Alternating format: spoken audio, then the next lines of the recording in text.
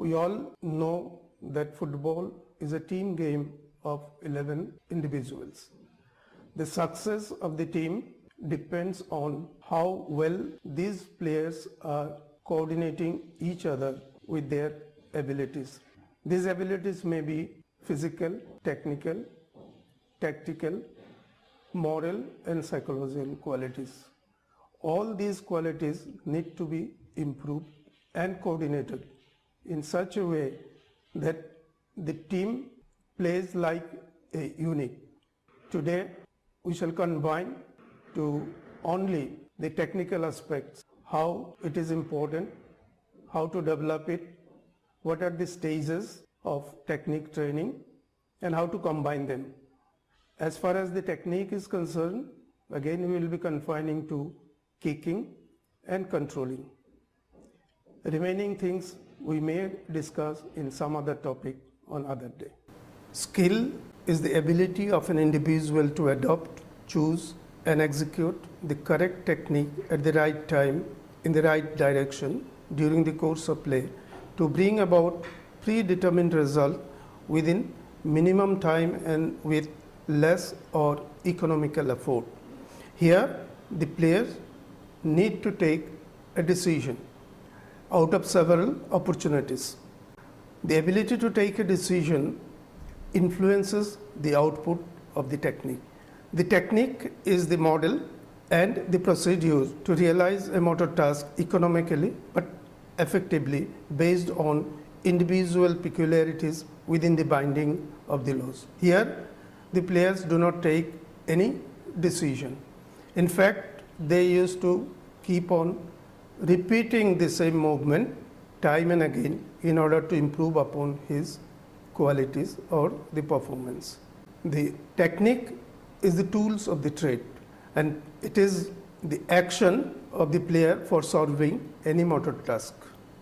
The form of individual technique changes with the degree of development of the player's physical and psychological qualities. Over the years, there has been a dramatic change in all spheres of the game, but the development is not much noticeable in the sphere of technique. If we look into the performance of elite players, we'll come to know that the players are executing the technique very easily.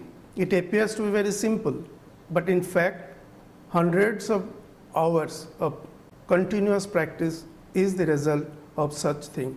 And we are to make ourselves to that extent in order to improve upon or reflect in the performance of our players. Now, it is a difficult job as such. Reason being, the football player has to execute a technique with the legs in which we are not accustomed to.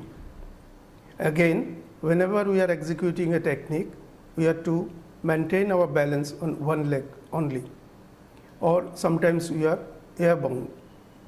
Over and above, we have a problem with the anatomical structure. These are not favorable for executing the technique, but we are to make it in our favor by manipulating our movements, and this is why we need to undergo a systematic training. Other things that influences our technique is the quality of the opponent, quality of the field, that is the quality of the turf. It may be dry, it may be wet, it may be uneven. So there lies the requirement of adjustment. Then the lack of variety, then unpredictability. Every situation in the field or in the game is unpredictable. Anything and everything may happen, and the player need to adjust or overcome that difficulties. And other thing that influences our technique is the biorhythm. The biorhythm is a cycle which takes place to regulate our organs. If it is at the peak, then our performance becomes easier. If it is not in the peak, then performance fluctuates. But the condition is, if the preparation is well, then the biorhythm does not affect much. At the most, 1 to 2% it affects our performance. So the requirement for our technique is varied, and we are to prepare our players keeping in mind the requirement so that the performance of the players become effective. As we have already discussed, this selection of the technique requires decision making ability, and to take a correct decision he needs to observe the situation properly, analyze the situation, then only he can take a correct decision of the technique. It should be deceptive to the opponent. That shows whatever we are doing means our subsequent action or our output of this action should not be informative to the opponent. Opponent should always be guessing, and it must be applied on the basis of sensomotor regulation, that is from brain to foot and vice versa. The basis is the mastery of basic technique even under most difficult situation. This mastery is such that it never ends as such, because it changes, it fluctuates basing on different other aspects of the day. The skills that are related to attack and defense, the skills related to attack, which are kicking with inside or outside of the foot, low drive, high drive, chipping, volley, half volley, overhead volley with falling, dribbling, feinting, maybe with ball or without the ball, heading, throwing, diagonal pass, throw pass, back pass, square pass, different type of passes, and shooting at the goal. When it comes to the skills related to defense, it is positioning. That is most important aspect. Once we are in a position to take a correct position, that will help us to defend well. Then tackling, because the tussle between two teams, mostly with the ball, to gain or regain possession of the ball. There are two ways of gaining or regaining possession of the ball. Is one tackling, the other one the interception. Then heading for clearance, volley for clearance, and above all is the goalkeeping. If we classify the technique, we can classify it in two ways. One, technique with ball, and the technique without the ball.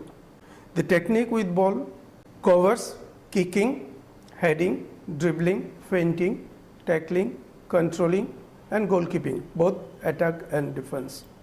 Technique without the ball covers positioning, changing and interchanging of position, jumping, feinting without the ball, dummy or decoy runs, and tracking. Tracking is to channelize the opposing attack in the direction where we are stronger or the opponents are likely to be weaker. When we talk about the kicking, because it is the fundamental technical element and requires more often than any other, because kicking is the only means to have the communication between the players or understanding between the players. Since it is very important aspect, an important element, due emphasis should be given to these various types of kicking. Wide variety of kicks and their varied application also increases the importance of kicking. The use of different kicking movements can also take the opponent by surprise, and the possibilities make kicking a considerable technical weapon. Now, whether we should pass the ball or kick the ball on the ground, in air, for shorter distance, for longer distance, it all depends on the situation. And if we are in a position to take the correct decision at the right time, action becomes much more effective for the interest of the team. And the direction of the movement of the ball depends on the contact. If the contact is correct and other body alignment is also correct, then it is likely that the ball will go to the target or to the player in which it is intended to. Now, the other important aspect in this is the power imparted by the kick must correspond to the vertical plane of a straight line linking the center of the ball and the intended target. If the kicking foot deviates from this plane, the ball will deviate either left or right. The player should take due care so that his action or his kicking foot does not deviate from this plane. It is the player's most valuable asset and can effectively be used in every phases of the game, whether we are attacking or defending. In any phase, anywhere, we can use it. Its great advantage is the unlimited possibilities of covering various distances. The controlling, the next important aspect, one should understand the difference between receiving and controlling. Receiving is to get the ball for subsequent action which was passed by some of the teammate. In this, the ball comes, we may have proper control over the ball or we may not, we have received it. Whereas the controlling the ball is to have proper command on it for subsequent manipulation in the interest of the team. It is the ball control and the adaptability that increases the value of the player. If we can control the ball very quickly and efficiently, that too away from the opponent, that means we are getting more time and more space available at our disposal for our subsequent action. Now, if we want to get the ball under control effectively, first and foremost thing is to judge the movement, the flight of the oncoming ball. Well, it may be in the ground or maybe in air. That all depends the situation. We have to judge this. How fast it is coming, how much distance it is covering, and accordingly we must take a decision so as to which part of the foot we can use, whether it is with the sole of the foot, whether it is inside of the foot, full instep, or chest, thigh, or sometimes maybe by forehead. We have to take a decision which technique we are going to use it. If a player is equipped with a variety of actions, that is the technical abilities, even at the last moment he can change his decision. And for that, the important thing is the timing, and the most important one is the angling of that body part with the oncoming ball. Next step is to give cushion to it. That is the first touch, and both the things should be done in a synchronized way. Otherwise, the ball will go out of control or it will go in favor of the opponent. We can use all part of the body except the toe in bringing the ball under control. It is advisable for all the players to use that body part which is close to the ball. A player who is having the mastery over various techniques may change his decision at the last moment even. All movements with or without the ball should be correct, effective, and economically executed in order to improve performance. Now we all know it, very limited time we used to move with the ball, and majority of the time, out of 90 minutes, almost 55 to 60 minutes we move without the ball, either to support our teammate or to get the ball away from our opponent. During the course of play, according to the situation, we are to change our direction.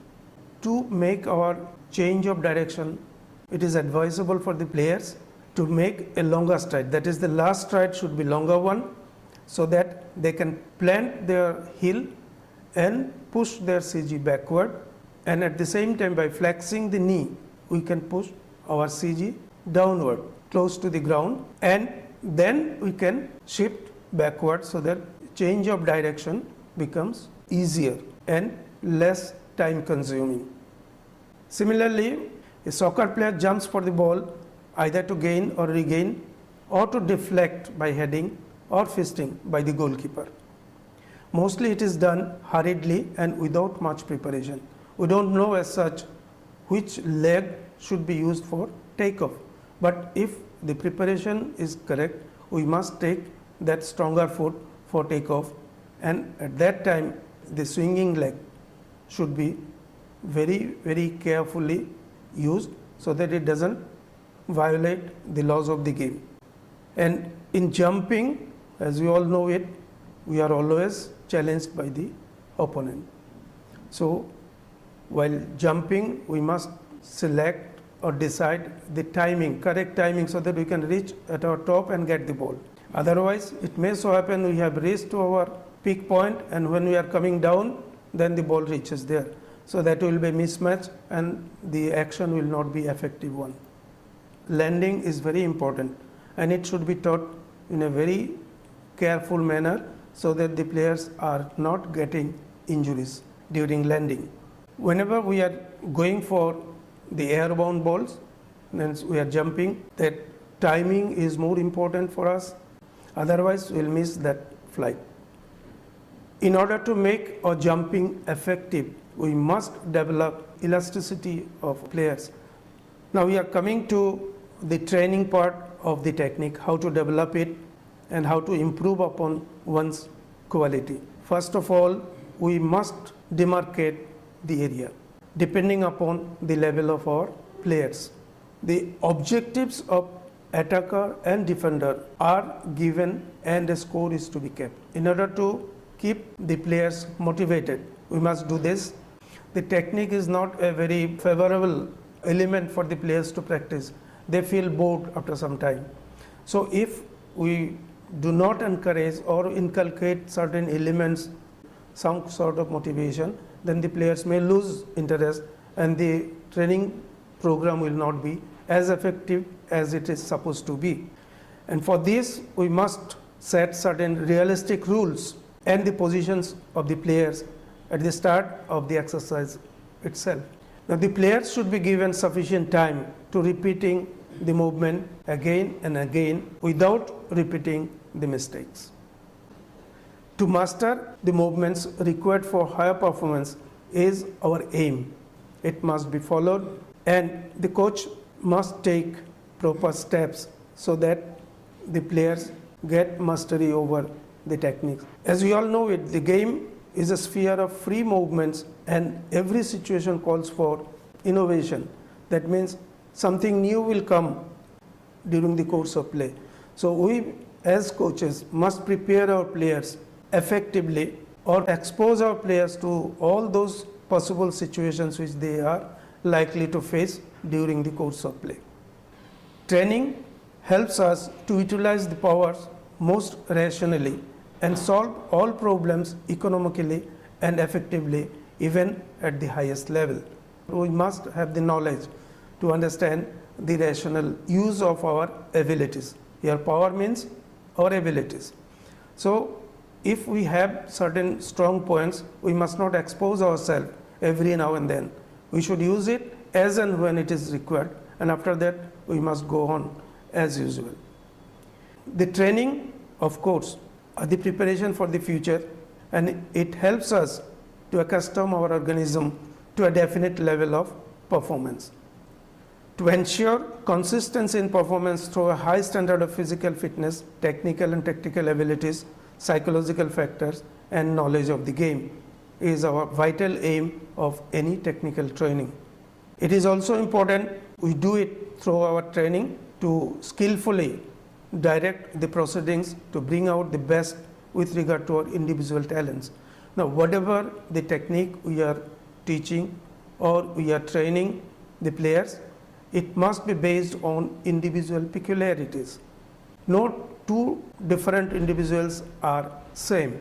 So, approach of the coach for two different individuals should be different so that everybody improves and each and every individual is improving his performance according to his own peculiarities. Whenever we are preparing our players, we know it, the preparation is not for immediate one. We are always preparing our players for the future. This must be done by the coach because he knows the trend in the field of the technique or in the field of football, how it is developing. Keeping that in mind, whenever the players will be facing his opponents during the course of play, what will be the requirement, and he should be able to deliver the goods according to the demand of that particular situation. Otherwise, this preparation will be of no use. Now, in technique, the accuracy is very vital. Accuracy is the key to application of a technique and is influenced by the ability to make a decision, precision of movement, time of execution, and the direction. Whenever the accuracy diminishes, then we must stop that one or we must look into it why the accuracy is missing, because accuracy is vital. If we use the power for covering a distance that will be of no use because it is going away from the target. So, in order to give proper training as far as the technique is concerned, we must follow certain principles so that our effort becomes fruitful. Technique training should be introduced in the beginning of the main part, that is when the players are fresh. Otherwise, they will not be able to execute the technique accurately, or they will not learn the effective method of application of the technique. That is, in the beginning of the main task, we must introduce the technique. Training of elementary technique is especially effective during childhood, although approach is entirely different. Now, what is that difference? Difference is, for child, we must allow the children to play the game or to practice any technique in a playful manner. They must enjoy it. So, lot of enjoyment should be there, and they will learn that technique through enjoyment. In spite of all, motivation is missing in training due to the absence of certain elements such as rivalry, the drive for success, spectators' influence, etc. Hence, we as coaches, we must put our effort relentlessly to make sure that the players are practicing under almost similar situation, similar circumstances.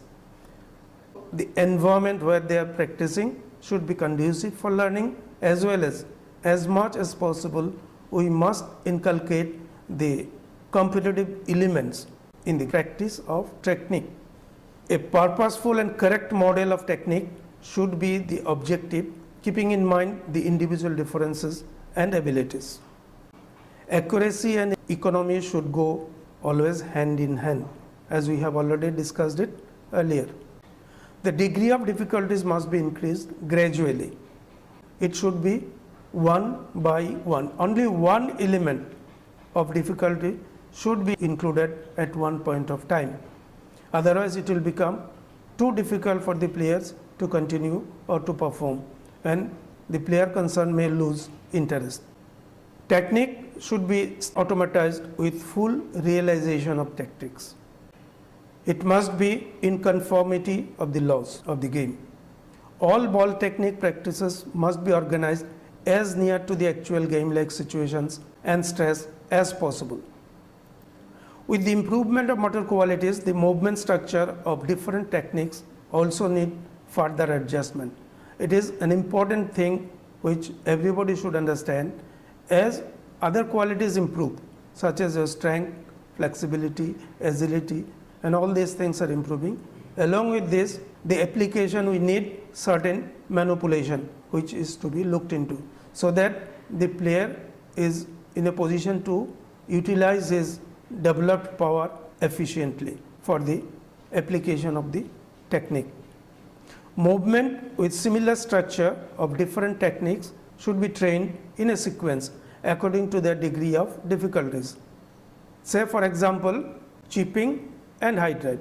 Both we are using with the almost in the same part of the foot, but the degree of difficulties in high drive is more. So before teaching the high drive, we must teach the chipping. And when the players are accustomed to do that, the chipping effectively, we may go for teaching the high drive. Because in high drive, most powerful action is there, and as a result, the muscles required for that action is to be developed first. Technical training for young players should be realized for short period, and greatest possible variety should be brought into technical training. If we continue the technical training for a longer period, this will become monotonous and the players will lose interest and concentration. As a consequence, the players will not learn or players will not improve their performance. So it is better to have a break so that the players are recovering again and they are not feeling any monotony. In case we are going to introduce a new technique or new movement, it is necessary to provide adequate assistance for safety of the players. It must be ensured that the players are not getting injured during the practice. In selecting exercises again, besides capabilities and experience of each player, the coach must plan his organization so as to how and which part of the field is conducive for the practice. So this selection or organizing the place where the training will be held affects the quality of output again on the part of the players. So the coach must give due emphasis, due consideration in practicing that technique in that part of the field which is more favorable for the players to learn. The foundation of general techniques and movements can be laid down in childhood itself. In addition, fundamental elements of movements, that is running, jumping, etc., should be encouraged as much as possible.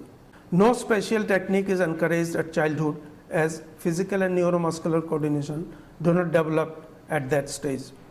For adults, some general techniques should be practiced along with special technique. It is a continuous process and should be included regularly in the training program. Once a technique has been taught, it must not be forgotten. It must be repeated maybe after some time, maybe in the next 2 or 3 sessions, but it is to be repeated so that whatever the players have learned, they don't forget it. They must rehearse it in practice time and again, maybe after a gap of some period.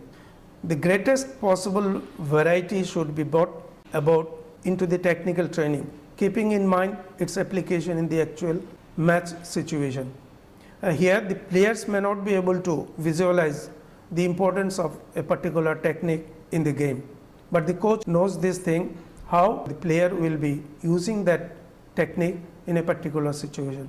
So keeping that in mind, a coach must prepare the players and select that technique which will be useful for the players to perform. Movements requiring light exertion may be included in the warm-up itself. It is not necessary that everything should be done in isolation.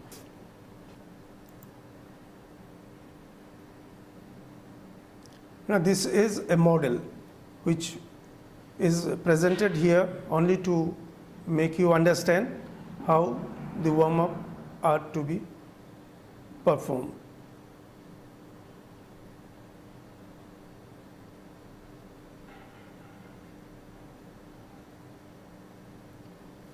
As I said earlier, this is light stretching going on at the time of warm-up.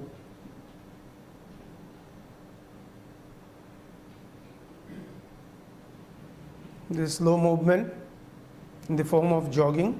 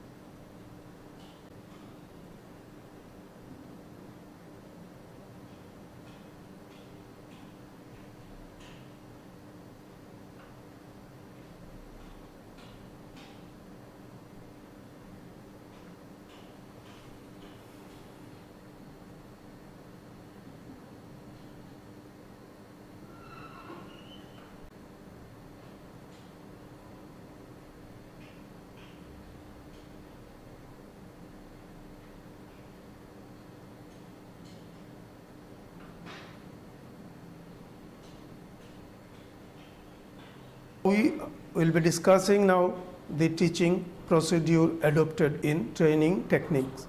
Teaching is a systematic process of learning a task. It should always be simple to complex, one element at a time, conscious to subconscious. In fact, the teaching stages have three parts: introductory, main, and concluding part.